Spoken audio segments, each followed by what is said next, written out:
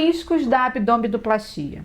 Você já conhece todos? Vamos conversar sobre isso no vídeo de hoje do Clube da Plástica.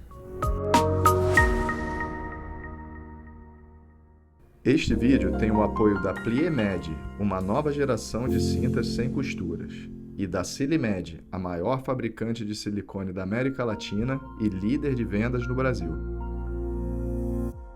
Olá, amigos do Clube da Plástica. A abdominoplastia, uma das cirurgias mais realizadas na cirurgia plástica, visa remover aquela flacidez e excesso de pele na região abdominal. Com essa finalidade, é necessário uma incisão, um corte consideravelmente grande na região inferior do seu abdômen, um descolamento de pele que vem até essa região que chamamos de apêndice xifoide, justamente para corrigir a diástase ou afastamento da musculatura através da aplicatura, ou seja, a costura dos músculos do seu abdômen. Na maioria dos casos, a abdominoplastia vem associada também à lipoaspiração, para poder diminuir o panículo adiposo, a sua gordura abdominal, reduzindo assim a circunferência e dando mais contorno e cintura para o seu abdômen. Toda essa técnica envolve sim alguns riscos, que é sempre necessário que você conheça antes de realizar o seu procedimento. Lógico que gostaríamos que tudo fosse sempre mil maravilhas e que todos os pacientes tivessem êxito sem grandes dificuldades durante a sua recuperação. Porém, não tem jeito. As complicações acontecem e eu estou aqui para falar um pouquinho sobre esses riscos para vocês. Primeiro estão aqueles riscos relacionados a qualquer procedimento cirúrgico, que são os riscos anestésicos, o sangramento e as infecções. Os riscos anestésicos incluem aquelas reações a algumas medicações, alguns efeitos colaterais ou ainda a reação do seu próprio corpo àquele procedimento que está sendo realizado. Para isso é muito importante que você escolha um profissional de confiança para realizar a sua cirurgia e através disso ele vai solicitar vários exames para ver se o seu corpo e o seu organismo têm condições de ser submetida a esse trauma que a cirurgia envolve.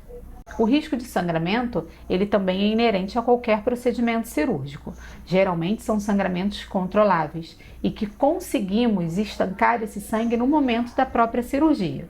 Porém, sempre existe um risco no pós-operatório relacionado na maioria das vezes a alguma força, algum vômito, alguma tosse, de voltar a sangrar algum vaso.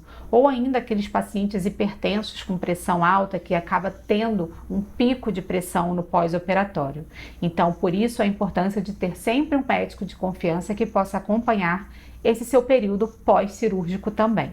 Outro risco que qualquer procedimento cirúrgico envolve é o risco de infecção, que é quando entra uma bactéria por aquela incisão, por aquela cicatriz. Toda cirurgia ela é feita num ambiente estéril, sem bactérias no campo cirúrgico. Porém, no pós-operatório é necessário que a paciente tome muito cuidado da sua cicatriz para que bactérias externas não entram por esse orifício causado pela sua cirurgia. O seroma também é um risco que pode acontecer, que é quando o seu organismo, em resposta àquele descolamento e àquele trauma, forma líquido. Esse líquido não apenas na própria gordura infiltrado, que é o edema, mas é um líquido solto na área que foi descolada e que antes estava colada. Esse seroma não chega a ser bem uma complicação, porque ela ocorre num grande percentual de pacientes e na maioria das vezes a própria drenagem linfática consegue reduzir esse seroma. Outras vezes é necessária a punção, que é retirada com agulha pelo seu médico no consultório. Existe ainda o risco da má cicatrização, muito relacionado a como você cuidou da sua ferida, da sua cicatriz no pós-operatório e também alguns fatores individuais do paciente. Lembrando que aqueles pacientes tabagistas, diabéticos, pós-deficiências nutricionais, são pacientes que geralmente evoluem com uma cicatrização um pouco pior e também é um risco da cirurgia. Ainda nesse tema má cicatrização, eu vou envolver aqui as hipercromias, que é quando a cicatriz ela fica escurecida e não clareia. Lembrando que na maioria das vezes essa hipercromia ela acontece com todo mundo no início do processo de cicatrização, já que essa cicatriz passa por um processo inflamatório e proliferativo. Logo, essa cicatriz mais avermelhada, arroxeada, vai diminuindo a sua coloração até ficar num tom mais claro, próximo à sua pele. Por causa do descolamento dessa parede abdominal, eu colocaria ainda o risco de necrose, que é quando os vasos sanguíneos descolados durante o procedimento da abdominoplastia não conseguem irrigar o final da sua cicatriz, formando assim uma área de isquemia. É como se aquela pele que tivesse que colar não recebesse tanto sangue quanto deveria. Afinal de contas, o próprio procedimento cirúrgico inclui esse descolamento de pele. Então, em algumas pacientes, especialmente as tabagistas, devemos tomar muito cuidado com a quantidade de lipoaspiração que fazemos na região do abdômen, porque a lipo destrói ainda mais os vasos sanguíneos, somado ao descolamento da parede abdominal para costurar o músculo, pode reduzir muito o aporte de sangue e, consequentemente, oxigênio para essa região, especialmente embaixo do umbigo. A alteração da sensibilidade e dormência na pele também é um risco que você pode correr.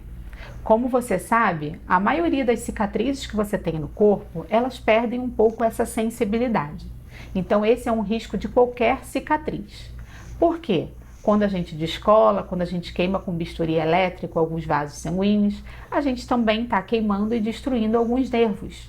Então, a região da cicatriz, ela pode sim não ter mais nenhuma sensibilidade, assim como a região fora da cicatriz, da própria pele do seu abdômen, que não tem cicatriz nenhuma, mas recebia antes uma inervação que agora já não recebe mais e pode ficar uma dormência para sempre. Lembrando que, na maioria das vezes, mais de 80% das pacientes recuperam a sensibilidade nessa pele do abdômen, não na cicatriz. Na própria cicatriz, é mais frequente que não volte à sensibilidade. Porém, na pele ao redor da cicatriz, a maioria das vezes recupera entre 4 e 6 meses. Se você operou acima do peso e tem gordura visceral, o risco que você tem é de ficar com o estômago alto.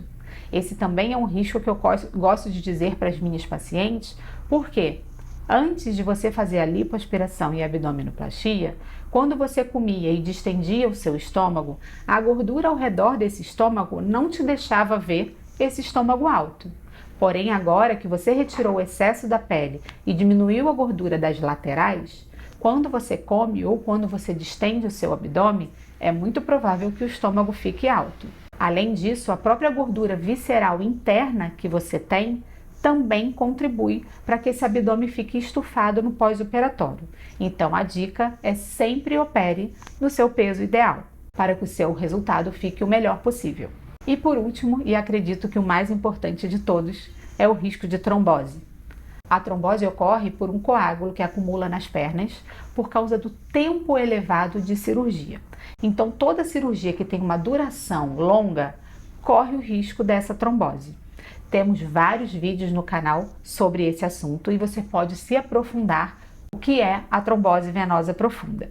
Para que seja evitado, devemos diminuir o tempo cirúrgico e fazer a profilaxia, tanto mecânica como medicamentosa, que temos em vários vídeos do canal. Portanto, pessoal, esse vídeo na verdade foi um alerta para que você saiba de todos esses riscos que você pode correr e que você possa assim tirar dúvidas com o seu cirurgião sobre todos eles. Embora bem raros de acontecer, é muito importante que a gente saiba o que pode acontecer no nosso corpo e também de que forma podemos ajudar a diminuir essas chances. Aqui no nosso canal temos vários vídeos sobre pré e pós-operatórios, como se preparar para o pré-operatório, quais os exames, como evitar a trombose, como evitar o risco de necrose, de isquemia de pele, assim como de cicatrização, como cicatrizar melhor, o que podemos fazer, como podemos nos alimentar para dar ao nosso organismo a chance de cicatrizar melhor.